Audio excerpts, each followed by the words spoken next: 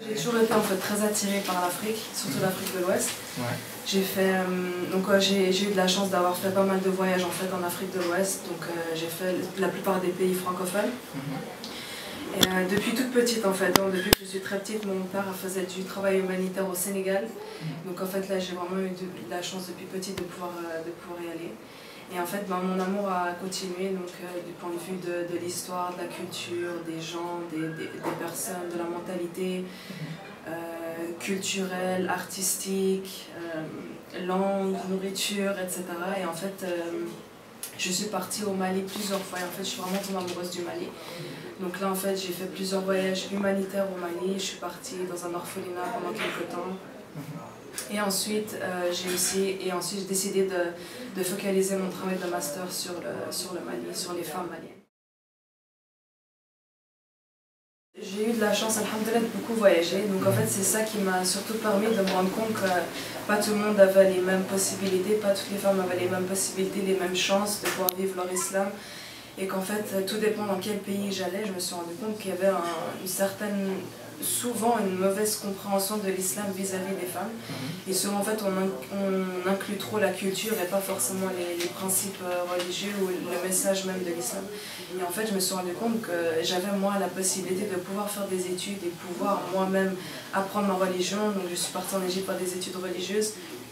Et en fait, et moi connaissant ma religion, je me suis rendu compte qu'en fait il y avait beaucoup d'injustices et souvent les injustices, les femmes les subissent de plein fouet. Et donc c'est ça qui a beaucoup réveillé ma conscience et je me suis dit qu'il fallait que je travaille sur ça.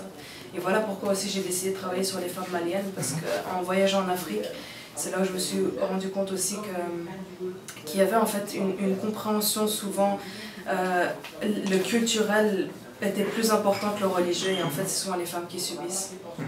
Donc voilà, mon travail en fait j'ai beaucoup travaillé sur ça en fait, le culturel, le religieux. Justement, l'Occident décrit souvent la femme musulmane comme étant soumise.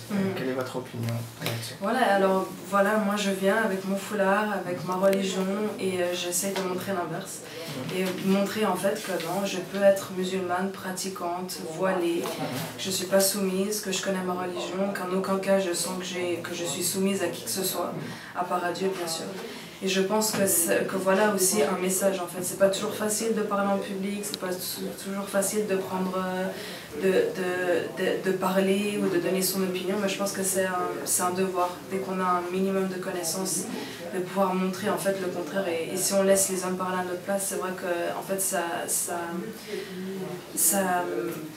leurs arguments en fait devient vrai. Donc voilà pourquoi il faut qu'à un certain moment les femmes parlent.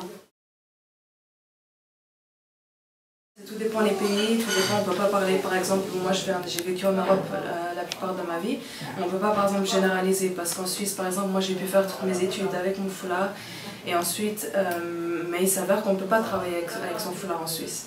Ensuite, je suis partie vivre en Angleterre et là c'est une réalité tout autre, en fait on est respecté avec notre foulard, j'ai pu faire mes études et travailler avec. Donc voilà aussi les réalités sont différentes, on ne peut pas généraliser l'Europe ou l'Occident. Très bien. Et la jeunesse musulmane, quel regard portez-vous sur les jeunes musulmans qui habitent en Occident? Là aussi, hein, tout dépend du contexte. Alors moi, je peux plus parler de mon cas en Angleterre, donc en étant étudiante, en étant avec un groupe de jeunes. Donc là, c'était une bonne opportunité parce qu'il y a beaucoup de musulmans en fait, différents. Donc c'est là où j'ai pu rencontrer des musulmans de visions différentes. Et il y a beaucoup d'associations, beaucoup de jeunes qui sont très actifs. Donc, alhamdoulilah, on arrive à passer un message, à être organisé, à organiser des conférences dans les universités. Il y a une communauté étudiante musulmane qui est très active. Non, d'accord. Donc, ce n'est pas si compliqué que ça de pratiquer sa religion étant jeune. Il y a toujours des difficultés, bien sûr. Après, je pense que c'est aussi le contexte, aussi les amis, c'est aussi quel type d'islam aussi, si on arrive à concilier notre vie en Europe et en étant musulman.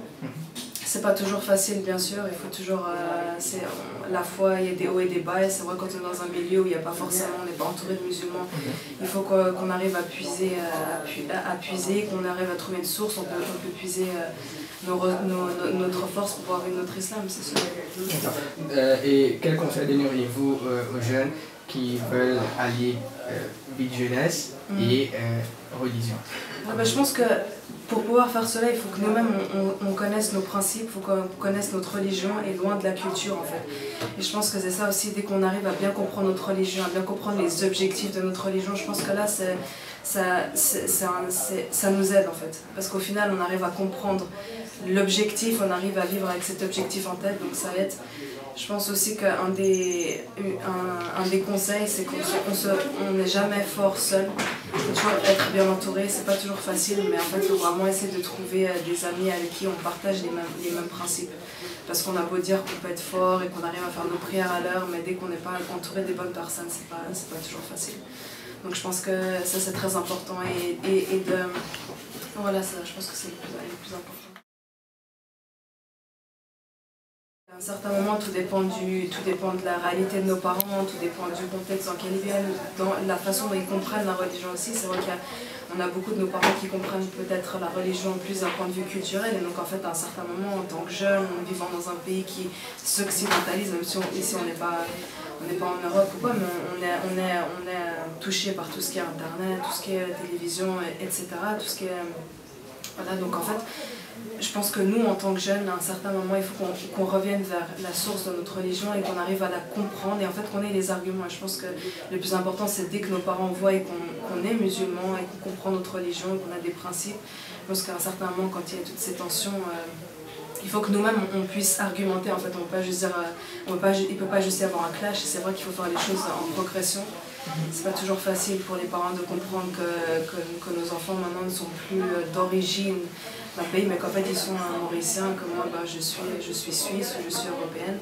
Et donc de pouvoir concilier ces différentes identités, on a différentes identités et se réconcilier avec.